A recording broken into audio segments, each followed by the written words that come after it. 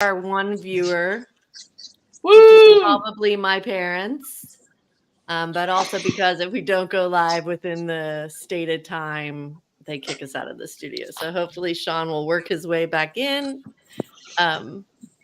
Anybody have any questions? Okay, let's get going, and we'll pretend Sean is with us, Tom. All right, so we just start? Just start. Let's do our opening theme song. All right.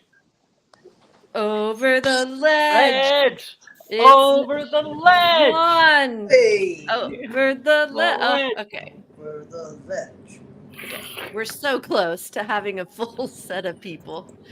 Where'd there, Aaron Sean? go? I don't know. We lost him. My air conditioner will kick off. Okay. Okay, we're going live. We're going to do this thing. Fuck it. We're doing it live. Do it live. Okay.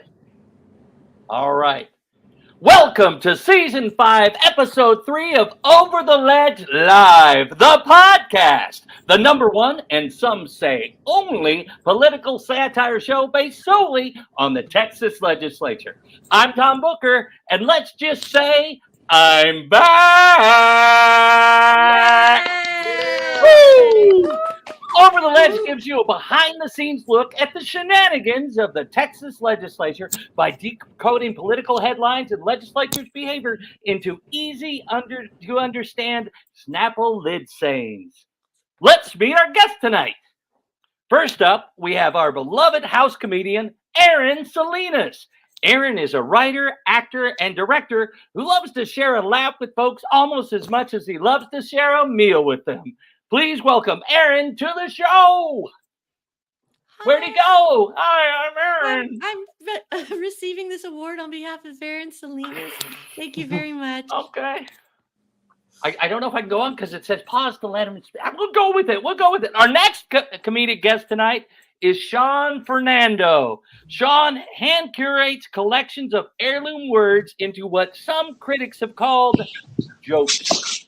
He conducts showings of these jokes to an exclusive clique of comedy connoisseurs at only the sweatiest open mics in Austin. NPR's David Bianculli calls Sean that weird guy who keeps sending me erotic public radio-based fanfics and notes that he should seek help immediately. Please welcome Sean to the show. Welcome, Sean. I mean, full disclosure, I'm just surprised there's only one of that guy. If you want me to be honest, I thought in Austin we'd have a handful. Our very special celebrity guest is Chaz Moore. Chaz Moore is an acclaimed activist and community organizer who has dedicated his life to helping Black, Indigenous, and people of color impoverished communities and those that suffer the brunt of systemic institutional oppression. Please welcome Chaz to the show. Woo! Woo! Yeah. Thanks for being here, Chaz. Thank y'all for having me. So, celebrity is such a stretch, but I appreciate it. Finally, we have the creator and ruler of Over the Lege empire, who needs no introduction. Stephanie survived her high school reunion. Chiarello! Thank you. Yeah, it was just me talking to a bunch of people I barely remembered about things I barely remember. So if it makes you feel better, I was supposed to be in charge of setting up mine, so we didn't have one. Hey. That was a long con. You were like, you know what I'm going to do? Be in charge, and then I'm not going to host it. Yep. Stephanie, do you not remember the things that happened in high school because you were busy drinking? Yes, I was busy drinking, and also I had 3 children in high school, and I was the janitor. So it was busy. I didn't have time. Busy times. For the podcast. Did you have the name tags with the high school photos? Because we have photos. Oh, it's so helpful. It is so helpful. Yeah, I loved my high school reunion. It's like you go to your 10-year reunion hoping everybody thinks you graduate thinking you know everything. You go to your 10-year reunion hoping everybody believes you know everything. You go to your 20-year reunion knowing you don't know a thing, and you go to your 30-year reunion going, "Fuck it, we're alive." It was. We did have a in memoriam. It was. Sad. Oh. Oh yeah. Yeah. Oh yeah. Wow. Aaron, I don't know if you know this. I'm a little older than you. I graduated 2012. Tom, I thought you graduated 2010. I could have sworn. So little, just about 30 years before. Close.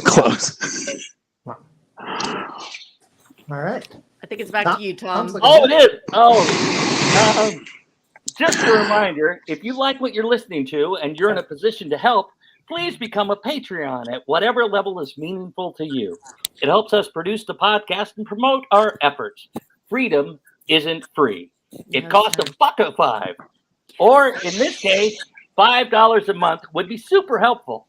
Now it's time for What's Up in Texas with our host, Stephanie Chiarello. Yay! Let's get right to it. Early voting begins Monday for November 7th Election Day, when voters will approve or reject 14 state constitutional amendments that resulted from the 88th Texas legislative session. Most voters are not even aware this is happening because it's not related to Israel or ABC's The Golden Bachelor. In a special session focused on school vouchers, the Texas Senate has unveiled their plan, Senate Bill 1, to give families $8,000 in taxpayer money for each year of private schooling. That's $500 million over the next 2 years. I may have been educated by a Texas public school, but even I can tell you that that's like a lot of money. Your cat changed colors, Aaron. There's 2 of them. Private school students, go ahead. No, I just think Aaron's doing a magical act while you do. Private school students will not be required to take state academic achievement exams to ensure they are on track, which is a critique voucher programs in Arizona and Florida have faced. But learning from past mistakes is something the bill's author, Senator Brandon Creighton of Conroe, says is unnecessary because, quote, didn't we already learn banning from history? If not, that will be my next proposal. Ooh. Governor Abbott threatened to primary House representatives who do not support the Senate bill. Historically, reps from rural districts have not supported vouchers because the funding loss makes it difficult to keep rural public schools afloat. Abbott explained not to worry. Rural students will have better alternative options to school after his next special session on eliminating child labor laws.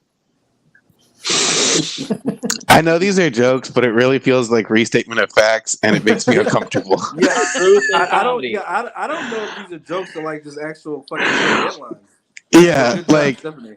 is it The Onion or is it Texas Monthly? I don't know. That should be the game. Just let people see if these are real headlines or not. Because everything sounds factual for right now. Oh. Yeah. Like I'm waiting for the punchline. You're right. That should be the tagline of Texas right now. Waiting for the punchline. A sweeping ban on COVID-19 vaccine mandates for employees of private Texas businesses passed the Senate on Friday. I'm no expert, but using the 5G hotspots embedded in vaccinated employees seems like a great way to save money on office Wi-Fi. Yeah? Was there a joke good. there? That one felt better because I used the 5G hotspot in my arm too. So that one felt, You're always within range. yeah. Oh. Finally, an update on our favorite soap opera villain, Ken Paxton. The Attorney General has threatened to file criminal complaints against state reps for allegedly... That's not the joke yet, Aaron. He just sucks so much. Sorry. Somebody should go for Halloween as Ken Paxton. Tom?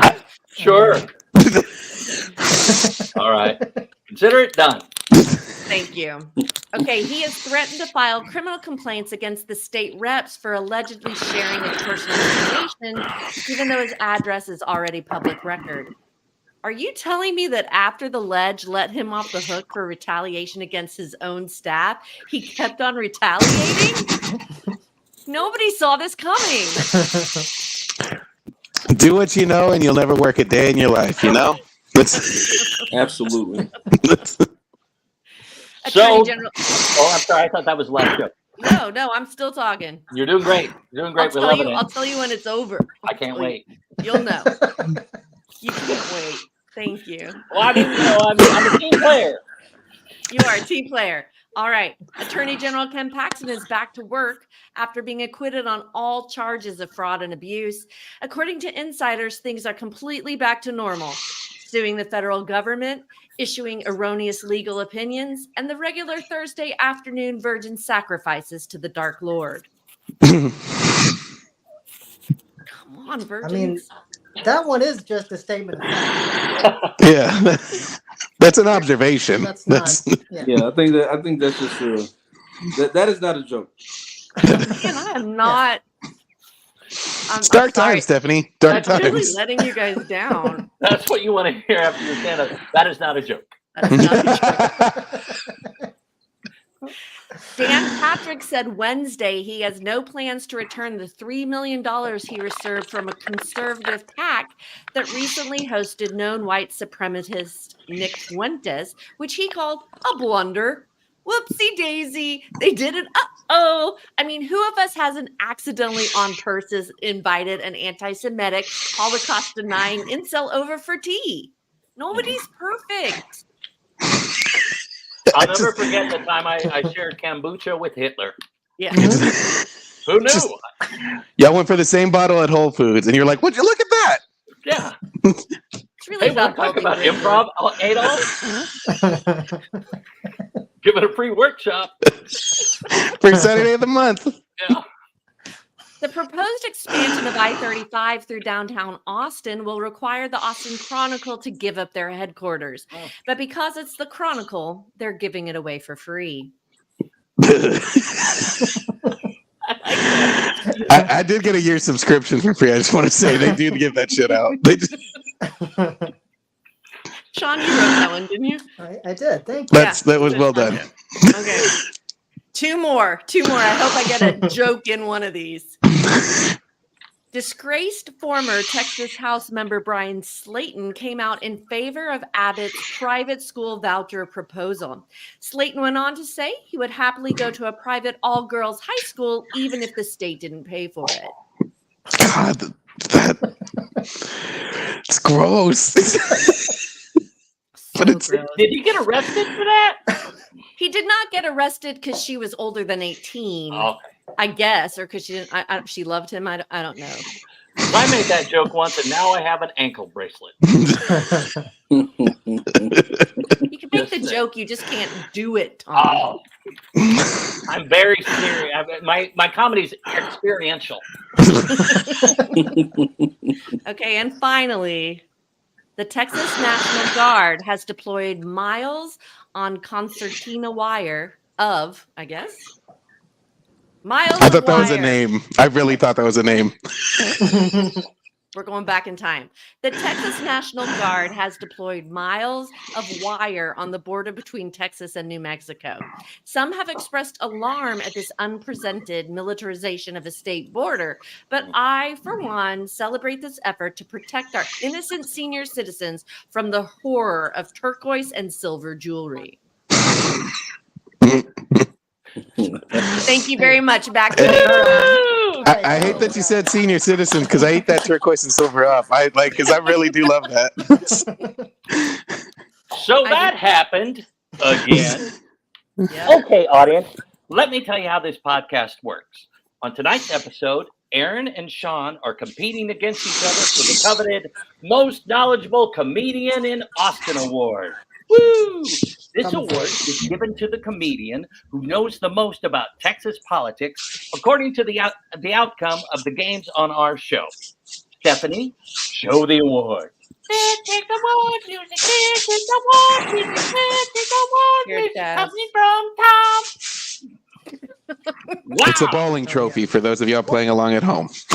Now, Sean and Aaron, I just want to let you know that whoever wins gets bragging rights on, and their photo on social media. Wow! Wow. This takes that high, guys. This is why, people at home, this is why we need Patreon. So we can offer a real prize, like maybe a package of Twizzlers, one of those yarn hats made out of old beer cans. Concert tickets to Menudo, you know? Yeah. All right. With a free Menudo dinner beforehand. Exactly. Menudo on Menudo. Ding, ding, ding, ding, ding. Now it's time to play our first game, Halloween Scramble. Stephanie will read you a name, and you need to decide if it's a famous character from a Halloween movie, a Texas legislature, or a civil rights activist from the civil rights movement. All right? Oh, okay. Contestants, you each have 3 phone a friends total between the 2 games. And yes, your phone a friend is Chad. Now is the time you should give Chaz lots and lots of compliments. I love your shirt. You're Big a very fan of your good-looking necklace. man. I mean, your resume speaks for itself. I think, you know. I like the junction box in the upper right-hand corner of your screen. You know, the more I learn about you, the more I like you. You know. What is Dutching back? No, right there. It's probably a circuit breaker box. I don't like to brag, but while I was in Nashville, I was awarded Mr. Home Depot. I'm just saying. Yeah, you were. I'm just saying that they don't. Yeah, during They don't Front give that End away. Appreciation Week. What? Woo! Chaz, do you feel loved? Do you feel appropriately I do feel love. Okay, well then let's get started. Sean, you get to go first, and Aaron, I want you to know I've put them in here, so I don't determine what the name is anymore, like I used to, and you had that lawsuit. Yeah. You're lucky I couldn't afford an attorney and I just showed up myself. Okay, so Sean, is this a famous character from a Halloween movie, a Texas legislator, or a civil rights activist? The name is John Bryant. John Bryant. And don't forget, Chaz is your phone a friend, and he can just tell you the answer. John Bryant. I feel like there's a legislator named Bryant that we parodied in the OTL stage show. So I'm gonna save my phone a friend. I only got one, right? You get 3. Three? You get 3. How many questions are there? There's 6 questions per game, so 12 total. All right, I really gotta work on my strategy here. Let me see. But also, do not use a phone a friend for this one. Now that's a friend. That's a true friend. I'm gonna go with the legislator. You're correct. You're right. John Bryant. He was a legislator in the 90s. He went up to Congress, and he just came back. Oh, lucky us. And he just doesn't give a shit. He calls all these point of orders. He's this old white-haired man. Does not seem to laugh at all, but he was a real savior for killing some bills this last session. Oh, okay. Okay, Grumpy Aaron. old man through and through. I love it. Aaron. Uh-huh. I pulled two. Okay. Mary Terrell. The name is Mary. I like Tom repeating it. I love that. I feel like that's a legislator. Oh no, Chaz went away. My friend just left That might town. be his sign. I don't know. I'll go legislator. I'm sorry. That is a civil rights activist. Civil rights No. activist. Yes, from 1863 to 1954, she co-founded the NAACP. Wow. Dang it. Wait, was she born in 1863 and then died in 1954, or was she an activist from 1863? I think those are the years of her life. Okay. Yeah, because that's mileage. Yeah. I like, mean, you're yeah. I'm only 59 and I have to take a nap when I take a nap. Tom, you're keeping track, yes? Yep. Got it On right your here. point sheet. Okay, thank you. All right, back to you, Sean. All right. Hit me. Okay. Sean looks like he lost a bet. I mean, I may have. in this town. All right. I'd rather be framing butterflies right now. Jack Torrance. Jack Torrance? The name is Jack. I believe that is that's a horror character. You're correct. That's Ding, ding, ding. what's his name in The Shining? Oh, Jack Nicholson's character? Mm-hmm. All work and no play makes Jack a dull boy. Mm-hmm. Aaron. Salinas. Philip Randolph. The name is Philip Randolph. I see a reaction from Chaz. Chaz, can I get a phone a friend here? Yes, that guy, Philip Randolph, was actually one of the key people of the civil rights movement in the 60s. He was part of the so basically MLK was the guy that got credit for the project, the group project, but Philip Randolph was the one actually doing the work. Oh, wow. So he was kind of like boots on the ground kind of thing? Like he was like one of the people behind the scenes making shit work. A civil rights activist, then. A very much appreciated civil rights activist from the sounds of it. You're correct. All right. Started Thanks, Chaz. the first successful black trade union. Oh, nice. What if I was wrong? Would you have judged me a little bit? I would have been a little sad. I'll be honest. I can be real. I'd have been like, damn, he's a great storyteller. If he just told me all that, re-rip my knowledge of civil rights leaders with MLK, damn, he's good. Quick question. Does anyone know where the Woolworths counter sit-in strike started? Woolworths. For those of you who know me, you're right. Alabama, I was going to say Alabama, isn't it? No? Tennessee. Nashville? There you go, Nashville. Yep. That was the theater.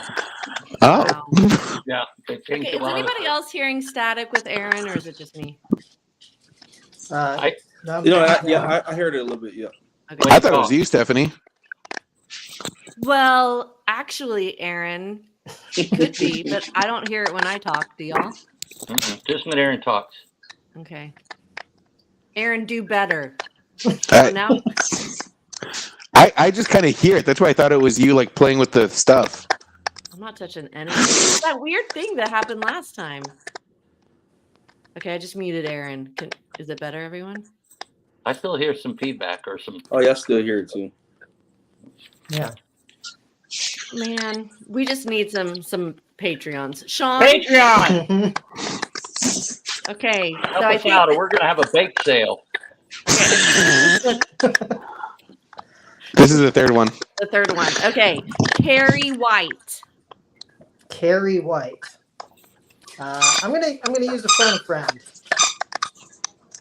Do you know who Carrie White is? I have no fucking idea. Stephanie, can I help with not just with a hint? You'd be helping Sean without helping Aaron, so no, you may not. But Okay. the fact that Tom might know could be a hint. I'm gonna say it's a horror character that everybody's gonna laugh at. Yes, Carrie. it's Carrie from the movie Carrie. They're all going to laugh at you! They're all going to laugh at you! That was I going to be my didn't hint. know Carrie had a last name. Look at that. I don't know either. I mean, yeah. If I'm not mistaken, didn't Stephen King submit that to Playboy, and that's how it caught fire? Carrie was one of his first works to a Playboy submission contest. It was his first published book, but I don't think it was in Playboy. I listened to his thing, and I think I could be wrong, but I think it was Playboy's tied in there somewhere. Okay, all right. Yeah. As it You know- should be tied into everything. Yeah. 'Cause it's Amen. It's really the article. Oh, I forgot the name. Everybody the goes for the articles, articles. So right now, the score is Sean 3, Aaron 1. Okay, Aaron gets one more, I think, in this game because Sean. Yes, because I'm cute. Okay. I love that. Okay. I feel like Bill Curtis. Okay, Benjamin Bumgarner. Oh, that's a legislator. You're right. How do you know that? Because you do not forget a name like Bumgarner. If you want me to be honest, if Aaron Salinas remembers anything, you give something that could potentially sound like ass, like Bumgarner, like bum. I'm gonna remember that. That's ass a growing. Yeah, exactly. Gardner. It makes me wonder what you have to do to garn a bum. You know, In this state, who or knows? Baumgartner. Go to private school. Now, it just sounded like a weird tambourine over there, didn't it? Yeah, I heard that too. I don't. And then who's squeaking? That could be That's Mango. Dexter. No, No, is it Mango? Dexter doesn't. Yeah. squeak much Chaz, anymore. I just want you to know that despite what you see, we are not very professional, even on Tuesdays. Okay, but we're trying. We're like the Democrats and the progressives. We're doing the best we can. But, No, yeah. We keep showing I up. appreciate it. I appreciate it. Okay. I do hear that little munching sound again, which we blamed Jimmy for last time. Look at that Dexter. Look at that sweet baby. Oh, it's not dead yet. Okay, Yes. He won't die. And Dog outlive won't us all. die. It's going to be one of the names in your horror film category. I love him. But I've got my money's worth. Come on, Dexter. Oh, she's typing. Am I supposed to say something? I'm not typing. Yes, now you're supposed to take us to game 2. All right. Now it's time for justice. Right? No, hold on. Austin Justice Coalition is a Black-led organization. Is that right? Stephanie leads the game. Yep, that's where I All want right. you. Black-led organization that elevates lived experience, builds leadership, organizes, advocates, celebrates Black culture, and mobilizes people to boldly fight racist systems through a Black, queer, feminist, abolitionist lens. Before we interview Chaz Moore, we'll play a game called, Well, That Can't Be Right. Okay, well, it's no secret. Oh, Aaron's gone, so you're going to win this one. Well, that can't be right. It's no secret that the darker your skin is and the more internal your sex organs are, the worse you have it in our society. Well, that can't be right is a sober game about some of those statistics. Aaron's back. Yeah. Cool. I have a feeling I'm going to be depressed by this. You know, I did struggle, but it is what it is, and that can't be right, right? That can't be right. That's the man. I want to make that sound go away. I'm gonna mute me, and then you tell me if it's me. Okay. Can still hear it. I think it's in the computer. Ghost in the machine. The program. I wonder if it's in the program. Okay, in Texas, this is back to Sean, and there's 6 questions total.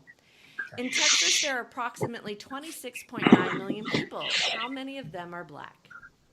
3 million, 5 million, 10 million, or 13 million? What was the second option? 5 million.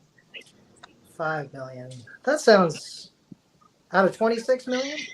Yes, almost 27 million. Okay. I'm gonna go with that. That sounds about right. Chaz, do you know the right answer? I think it's that. I hope it's that. Okay, it's actually 3 million people, which is approximately 12% of the population. 12%. 3.5. Yeah, I suck at math, but yeah. I was trying to do the math too. Well, I was then like you guys 5 are seems off. like This close enough to game is 10%, gonna 10% suck. is 12. That can't be right. Can't be right. Aaron, Can't be right. please repeat again, Tomby, like the answers. Oh, sure. Okay, across Texas, 13. This is Sean. Aaron. Yeah. Across Texas, 13% of families live in poverty. What is the rate for Black families living in poverty? 7%, 13%, 20%, 20%, or 32%? or 32%. What was the third one? 20%. Chaz, can I call on you, my friend? Oh, is this I mean, honestly, man, I would always pick the worst. I was thinking the worst too, to be honest. I was like, I'm not gonna like the answers. I feel like what it's gonna be. Yeah. Yeah, give me the highest number, Stephanie. That would Okay, I'm be. sorry. It's only 20%. Damn it. 32%. I mean, it's only practically double. Okay. Yeah. Yeah. 20% is the correct answer. Damn. Sean. I mean, yeah, still All right. sucks. Yo, it's awful. Yeah. It still definitely sucks. Still 1 in doesn't 5. really. Well, 13% of families. Yeah, it's all bad. Wait till you find out what the poverty level is, and then that's our bonus question. Aaron, in Texas, 61%. Sean. Yes, Sean. Sam. Sean's turn. In Texas, 61% of people are homeowners. What is the rate of homeowners for black families? 70%, 70%, 61%, 61%, 41%, 41%, or 12%. or Oh, shit. 61% across the state. That's a big jump from 12 to. Once again, I'm tempted to go with the worst I'm gonna go to option. my car. Just so I can. But wait, I comfortable. have another phone a friend. I think he's on Chaz? another. He's on another call. I think I just Okay. muted him. No, I'm here. Oh, I'm just just moving gotta go. around, and I want y'all to see me bumble all over the place. Oh, Okay. Okay, we have a phone a friend to you about the percentage of people in Texas of black families who are homeowners. What were the answer choices again? 70%, 61%. Well, those are too high. So those. I mean, I'm not even a fucking homeowner, so I would. Let's use this logic, my friend. The first one was the lowest. Yeah. Right. The second question was like the second worst answer. So I think it's going back to like maybe the worst. So I would go with that. That's my logic. All right. Yeah, but do what you want so you don't blame me in the end. No, I'm Hold taking on, full hold responsibility for this. I'm gonna I wanna go. read it I'm gonna to go you 12. again. Your hands are clean, my friend. Your hands are clean. Let me read you the question again, Sean. That might help. 61% of all people in Texas are homeowners. You know you. What is the rate for black families? Is it 70%, 61%, 41%, or 12%? Is this like am I supposed to overestimate how racist society is, or or underestimate? Okay, I'm gonna go with the worst one. 12. I'm gonna go with 12. Okay, sorry, it's 41%. Yeah. oh, damn. Yeah. Which is still terrible. Yeah. Still bad. Okay. Okay, well, then maybe we're doing better than we thought. Okay, Aaron. 14.2% of all Texans are considered poor. 8.4% of white Texans are considered poor. What percentage of Hispanic residents live below the poverty line? 10%. 10%, 37.3%. 37.3%, 14.2%. 14.2%, Or 19.4%. or 19.4%. I want to say 14. I'm sorry, it is 19.4%. Dang it! Okay, I'm learning that maybe this game, maybe too many numbers in one game. Stephanie, I went to public school. What made you think, hey, let's put math in the questions? No. Okay, is it good for black people in Texas? Sean, yes or no? I know the answer to that one. I'm gonna use my phone a friend. Yeah. Floor is yours. Okay, two more questions and we're done. Sean, Yeah. I can't hear you, Chaz. Okay. Go ahead. Texas households are also divided by significant income inequality. The median income for a white household in 2021, it was $81,000 and change. How much was it for a Hispanic household? $81,000 and change. $99,000. I'm sorry. $99,000. Let's go back in time. All right. How much for a Hispanic household? $81,000. $99,000. $99,000. $39,000. $39,000. $54,000. 54. I actually know this one. Do I still do I have any phone friends left, or am I out? Tom should Who's be keeping track? You have one phone a friend left. I'll use it. Yeah, you're on your own, buddy. Oh shit. 54. You did it! You got it! I believe in you, though. I believe in you. Thank you. Thank Yeah. you. I needed that support. There for more support. Okay, final question. The new census estimates show that 95% of white adults have at least a high school diploma. What percentage of Hispanics also have one? Is it 90%, 90%, 83%, 83%, 70%, 70%, or 49%? or 49%. What was the third one? 70. 70. I'm gonna be real. I really did have a lot of homies who got tempted with oil work and did leave high school. Like that. Like that's a real thing. And just like put their bodies on the line or did farm work or ranch work. I want to say, I don't think it'd be 70 though. I kind of want to say 80. It is 70%. Dang it! Damn it! I should have got. Sorry.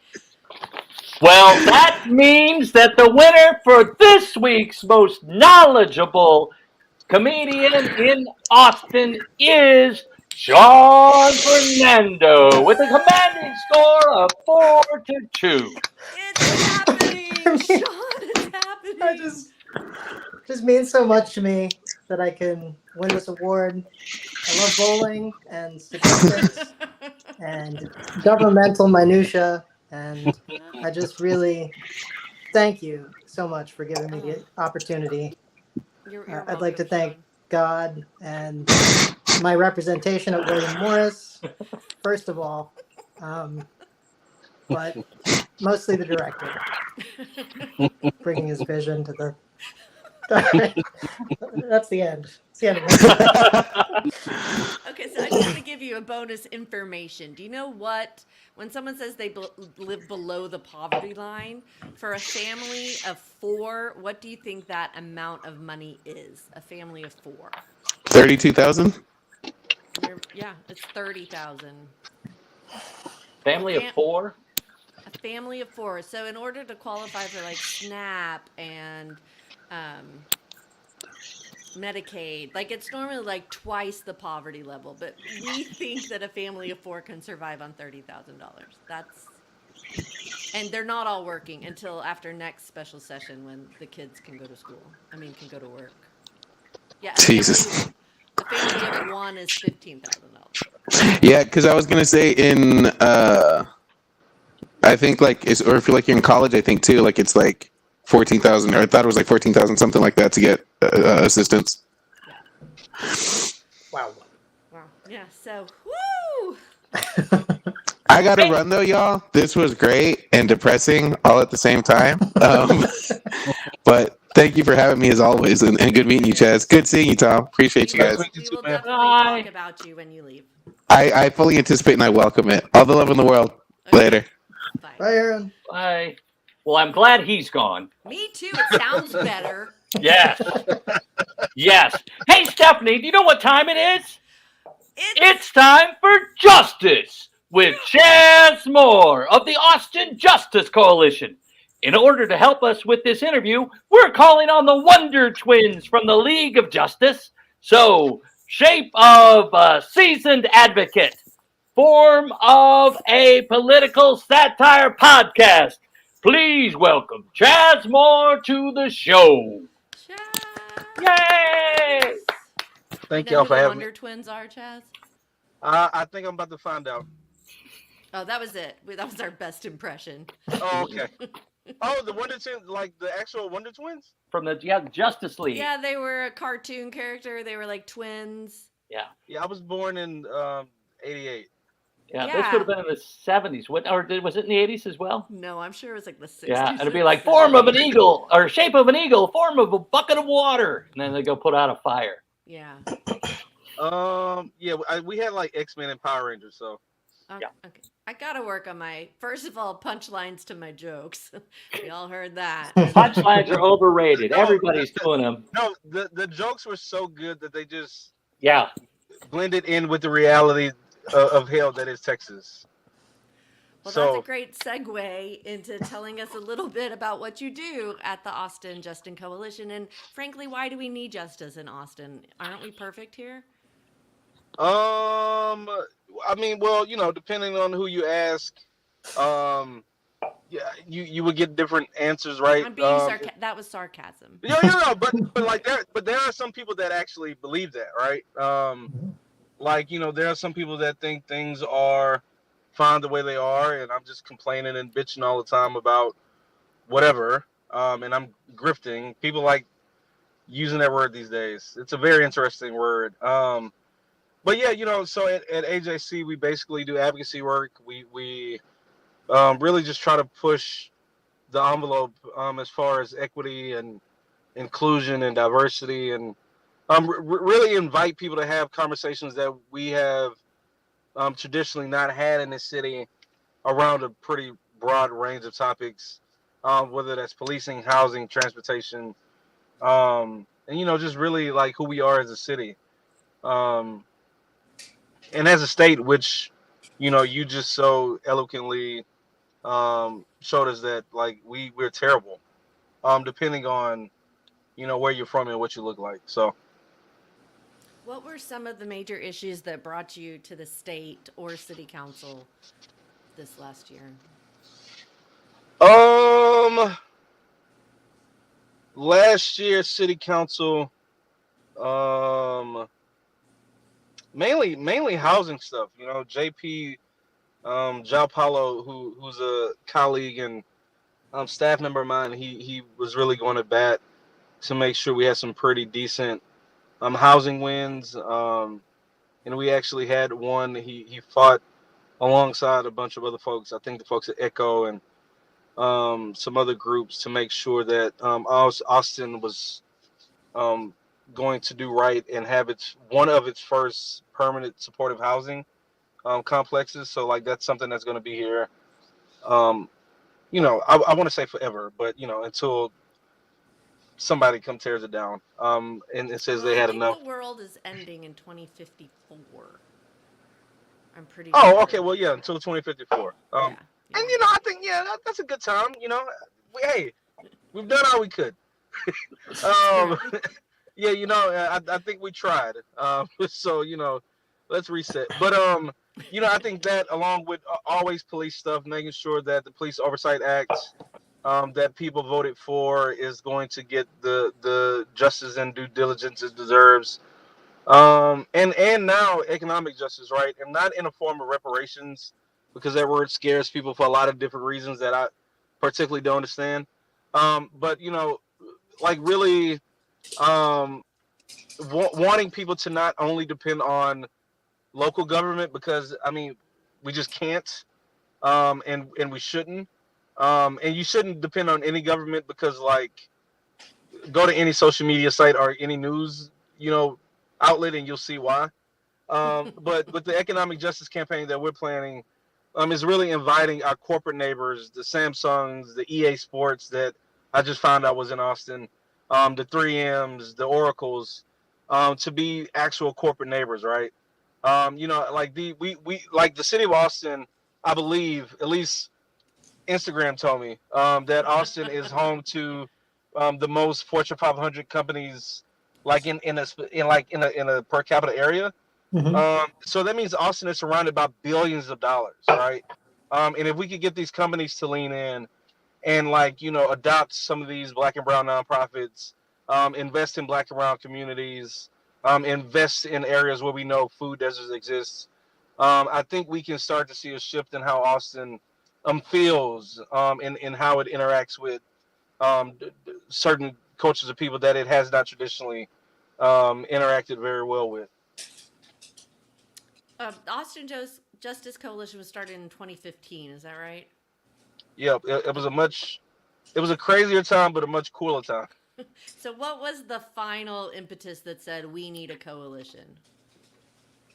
Um, you, quite honestly, this would be fun to say. Just if I ever get famous enough, they'll play this back. But there were people literally telling me no. Right? There were older, established groups that felt that we were too radical, that we talked too loud, that we talked too much. And at that time, thanks to the emergence of Black Lives Matter, young people wanted to fight a certain type of way. They wanted to be able to voice their opinion in a certain type of way. And of course, it wasn't just black men in church suits, right? It's queer folks, it's our Hispanic, Latino brothers and sisters. It's this multiracial, multi-ethnic, multi-sexual orientation group, and that wasn't really was like, well, Oh God. fuck it, why not? I'm sorry, we lost you at that wasn't really. We lost you for a second. Oh yeah, that really wasn't a thing here in Austin to have a space for this wide group of young people, and just wanted to have our own table, because people wasn't even allowing us to bring our seats to there. So, but shortly thereafter, we kind of just bogarted our way, and I think we become a slight force here in the city. Can you give me one example of a fight like a really good moment in this journey and a really bad moment in this journey as you tried to fight for a particular right? Oh man, I think a really good moment is the fight with the police union contract in 2017. And just really quick, because police contract talk can be really wonky.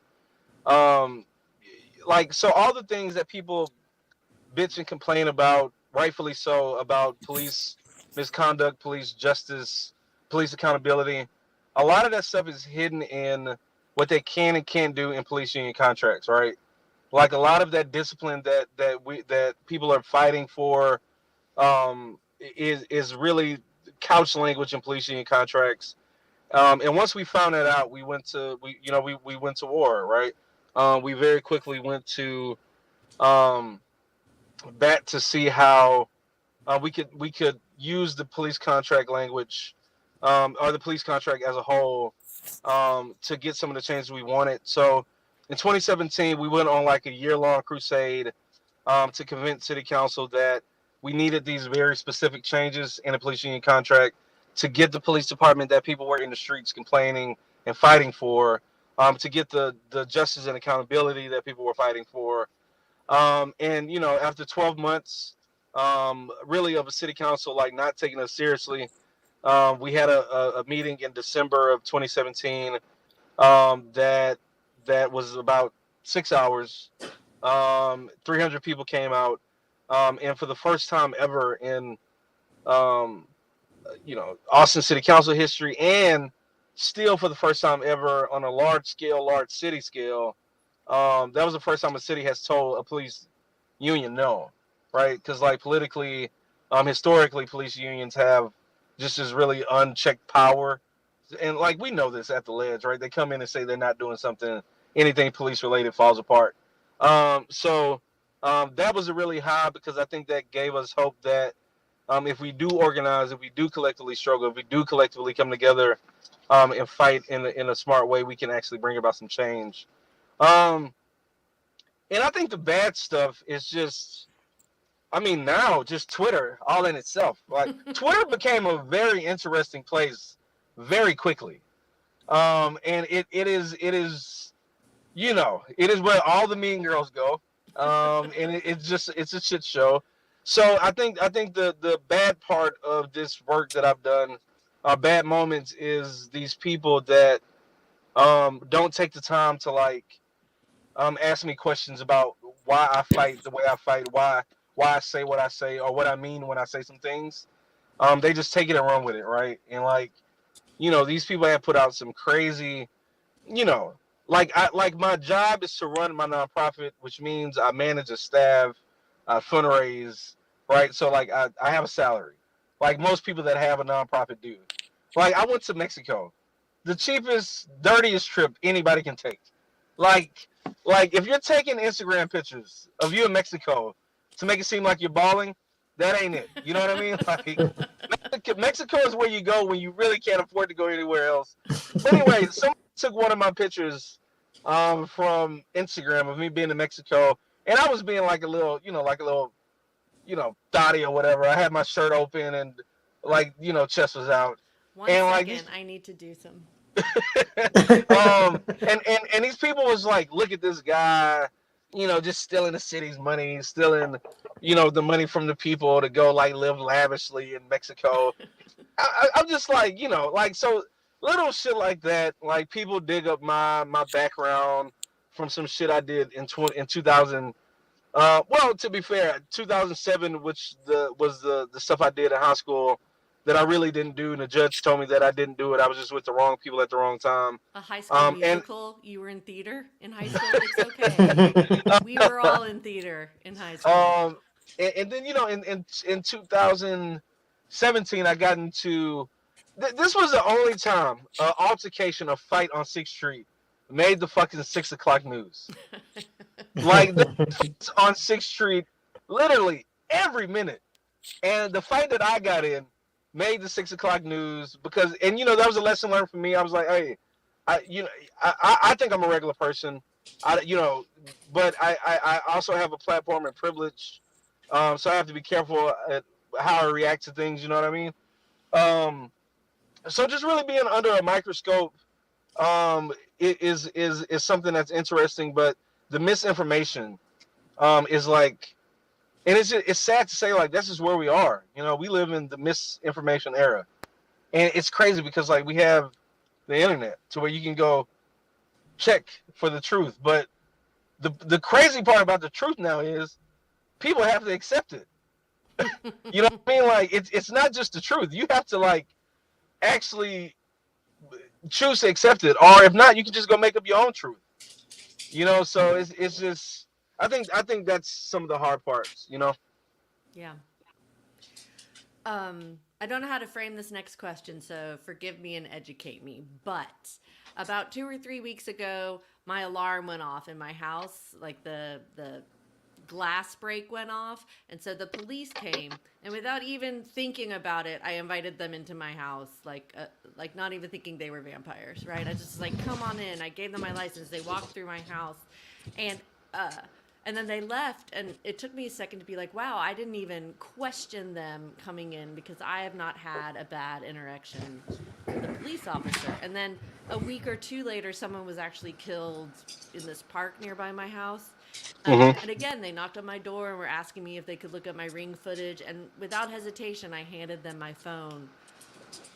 I'm trying to ask, how would you explain to somebody who has not had a bad experience with the police and doesn't seem to understand how to empathize, to understand what maybe people of color's experience, why it's different, and how we can help? Man, that was literally the best question I've heard all day. I've been doing a lot of speaking today, and one of them was the most excruciating thing I've done in 8 years. It was just, oh my God. So thank you for that question. Well, thank you. And I think first and foremost, people have to start saying that it's okay that you are not where I am, right? I think progressives and liberals and all my friends and folks on the left have bought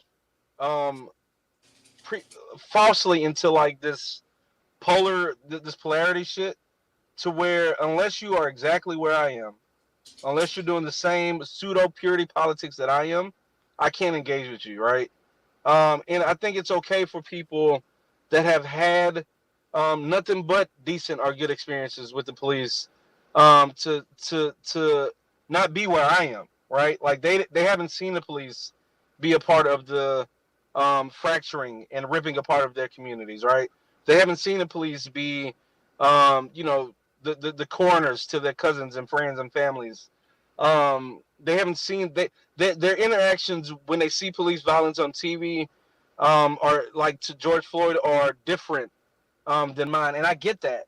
And I think we have to allow space for people and conversations around, people like me. What does police abolition means, right? Like when I say I imagine a world without police, it's not because I hate the men and women that are in police uniform. It means that I want us to be able to get to a place to where we have an actual system that when called, we can all get the same outcomes, right? Because depending on who you are, if you call 911, even if you're the person that need help, depending on your language and your skin tone, you may get a different result, right?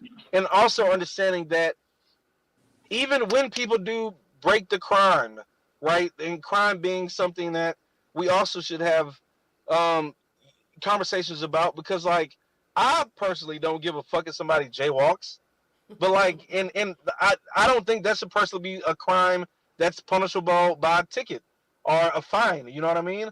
But again, like like we agree to all these things and we slowly give away our liberties, but that's a whole nother conversation for another day. So I think when it comes to police, like the conversation I would have with you is just like, well, one, your feelings to police is fine, it's valid. And then I would tell you why I don't like the police and why I question the police and their existence, and maybe why you should too. And then either you agree with me or you continue to do your own, learning, your own work, and then we move on, right? Like, but I think as I get older and as my knees begin to ache more, I'm just like over this this polarity, this like toxic polarity to where you have to be exactly where I am in order for me to consider you an ally, right? Like I need the people that have had nothing but good experiences with the police to join me in my fight as well, because we need everybody to fight for like a better and safe and more inclusive society.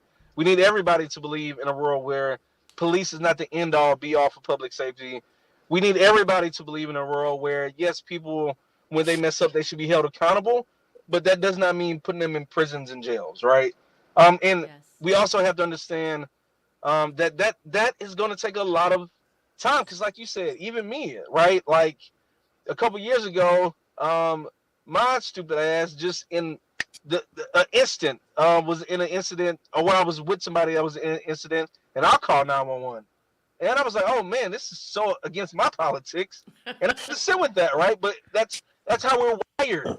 You know what I mean? So like we have to be patient and willing to like have these conversations and be willing to grow into something new together because like right now we've been told that 911 police prisons and jails is all we have until we collectively think about what we want if we want something different. I don't know if that answers your question, but it felt good and sounded good. It did. It was a good soundbite. Thank you. I say the same thing about like child protective services. Like I want a child protective services where there are like 4 people on staff because everybody is taking care of their children and we don't need child protective services to come in and take care of them. That's one of my dreams. Talk to me a little bit more about being an ally. I struggle again with wanting to be helpful, but also wanting to let other people tell their truths. And I feel like sometimes if I interject, I'm told to butt out because of my skin color. What do you Chaz, think I could do better? Again, and this is probably not, because in movement spaces, I'm old, right? I'm 35. Oh, please. Like no, only in movement spaces, right? Because the movement space is relatively young. It's really a bunch of like 18 or like under 30-year-olds. And these people who I love and respect and admire so much, they just have a lot of anger, and a lot of purity politics that I think just like I think the older you get, you're forced to kind of deal with the purity politics, right? Like here I am, an abolitionist, anti-capitalist, but like I said earlier, like I'm sitting in like a very nice car that I bought for Christmas. That was probably made with underpaid workers. I have on some very overpriced sneakers. That was made with probably child labor and some women. So like although I'm anti-capitalist, I understand that life is life. I like shoes and I need them. Might as well get the ones I want. Because even if I buy the pair of Toms, that's still supporting capitalism because money is spent. It's not going back to the community, like in a real way, or a very small fraction of it is. So I say that to say like I think that I don't have this privilege to just be angry and be so pure that I'm not talking to certain folks anymore. Because I'm realizing like in order to where we need to go, it's gonna take everybody. Like literally everybody, which means that prime example, if I really believe in the fact that we do not have a competent local state government here in the state of Texas. And if that is my mission to get other people to believe that, that means that I cannot afford to not talk to, Mr. Hicks in West Texas because he has a fucking Confederate flag in his yard. What that means is I should grow some courage if I feel like I'm not in danger and like be willing to go across the aisle and tell him that, you know what, Mr. Hicks, you and I probably have more in common than you think. And these idiots at the Capitol, which a vast majority of them are, they're incompetent idiots that do not understand their job, right? Like if I can get Mr. Hicks to buy outside of that narrative, I just believe without a shadow of a doubt that we have more in common. He probably doesn't want taxes to go up, neither do I. He probably wants to be left alone and just be able to live life on his own. Crazy, that's what black people and Mexicans and women have been talking about all the time as well, right? Like we have more in common when we actually when we are able to push the politicians out the way and force them to stop playing the games that they're playing and stop forcing them and stop allowing them to force us to play these games.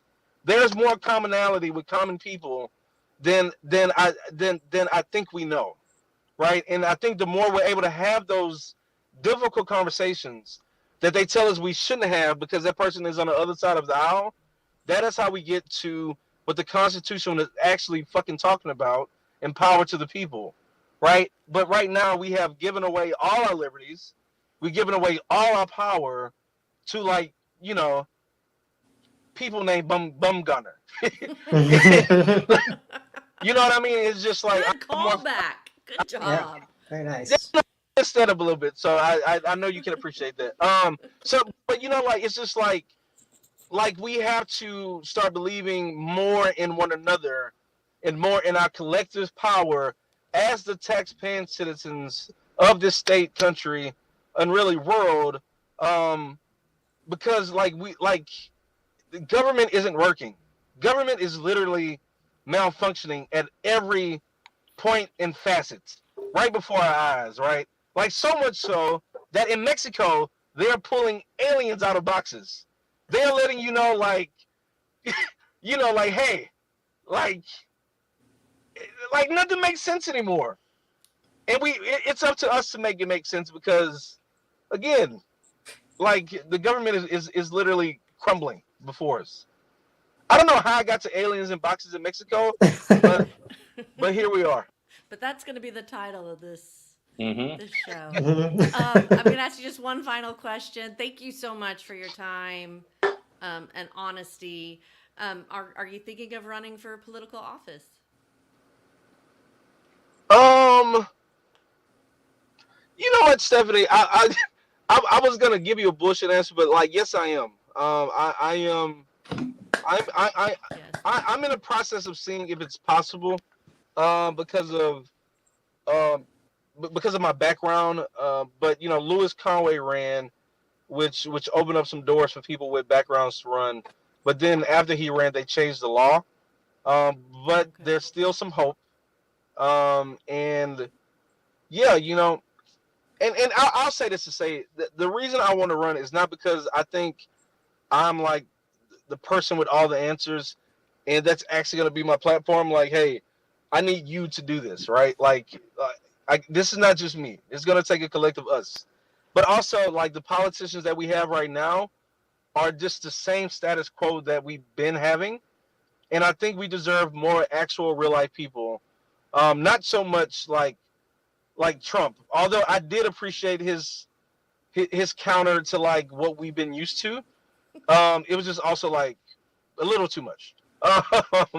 Um, so I just think we deserve an actual caring human being that is not into the politics, just because they're a politician, that is not playing the game of politics just because they're a politician, but actually care about the people and understand the very real moments that we're in, right? Like we are living in a city to where if we're not careful, there will not be black people in Austin in 5 to 10 years, right?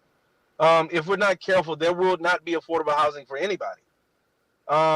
Transportation, like this 35 shit. Like there are so many things that we should be talking about, and that maybe we are, but those conversations should be afforded to everybody in Austin and not just the people that are given to your campaigns. We need to make our conversations more accessible, and we just need an actual real person in office. And I think I would be a good person for the job. We agree. And I think you said it just on your poster. It should be actual caring human being. There you go. I'd vote for that. I'll if I get the green light to do this, I will put that on a couple posters and credit that to you. Thank you very much. We'll be as helpful as we can. Thank you, Chaz. Tom, you want to take us home? Yes. Well, I have to be honest, Stephanie, that went better than I thought it would.